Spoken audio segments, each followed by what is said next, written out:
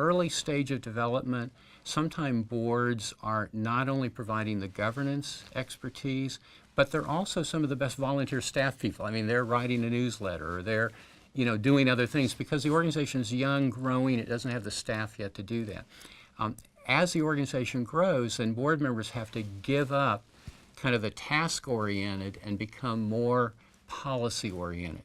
And that's hard for some people because an individual may like writing the newsletter or they may like doing. So one of the things that you'll find is that when the board makes certain transitions, some board members will say, well, that's not what I want to be a part of, and they'll fall off and do other volunteer work, which I think is great.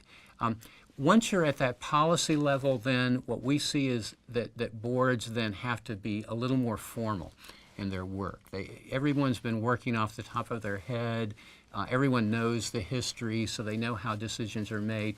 You need to formalize policies and board practices. That's what we see in kind of this phase two. And then when you get into the largest of the largest organizations, I think you then shift the focus where the board becomes not only the policy setters, but also the communicators to the external audiences. Be it a legislature, or be it the major fundraisers, or be it, but they take a different role from a task orientation here up now to being the best communicators on behalf of the organization.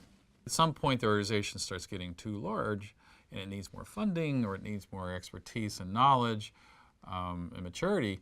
And so you need, well, gee, we need some more people. One, potentially to add them because nice to get some donors who are board members to add some funding to the organization. But two, we actually started to specialize. Maybe we need a team that's going to focus on finance because we're spending too much time just talking about the numbers at the board meeting. So let's get a couple board members that do that.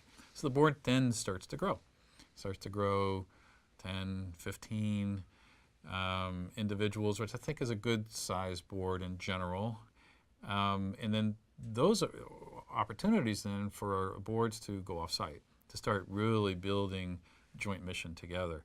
And so taking the boards out, taking them and working them with management teams and having them connect to the mission because they see it, taking the boards to where you do the service. And so you start understanding the mission better and understanding how then you're going to come back and what things you can do together. And then the boards themselves start looking at the rest of the outside world. They allow the management team to not forget that there's a larger world out there and lots of others working in similar areas, so they can hold the management team accountable, saying, I know you're trying to get stuff done, but don't forget to look up occasionally and make sure we're still aligned as to where we're working or the opportunities are working, and then let's bear down again and get stuff done too. The oversight role is always there, the fiduciary oversight and the oversight of the boards of the organisation's legal and fiduciary responsibilities. But then I think comes a time when the board is there really as a resource to help to collectively to decide where is it we want to go, what do we want to achieve, what do we need in order to get there, and how does this board function in order to take us to that point. And that's going to mean looking at the people who come onto the board, your succession planning and your tracking of who is available to come onto your board, the kinds of roles and responsibilities that you find for them. And it's really important for the board and the chair to find roles which energise and excite people who are coming onto the board. There's got to be a fit for them so that they feel that they're making a contribution. More mature organizations often have a couple of different types of pivot points. One pivot point might occur when there is a change in the financial situation of an organization, right? A major donor changes his or her focus. 2008 happens and the money that you thought you were going to be able to raise doesn't happen.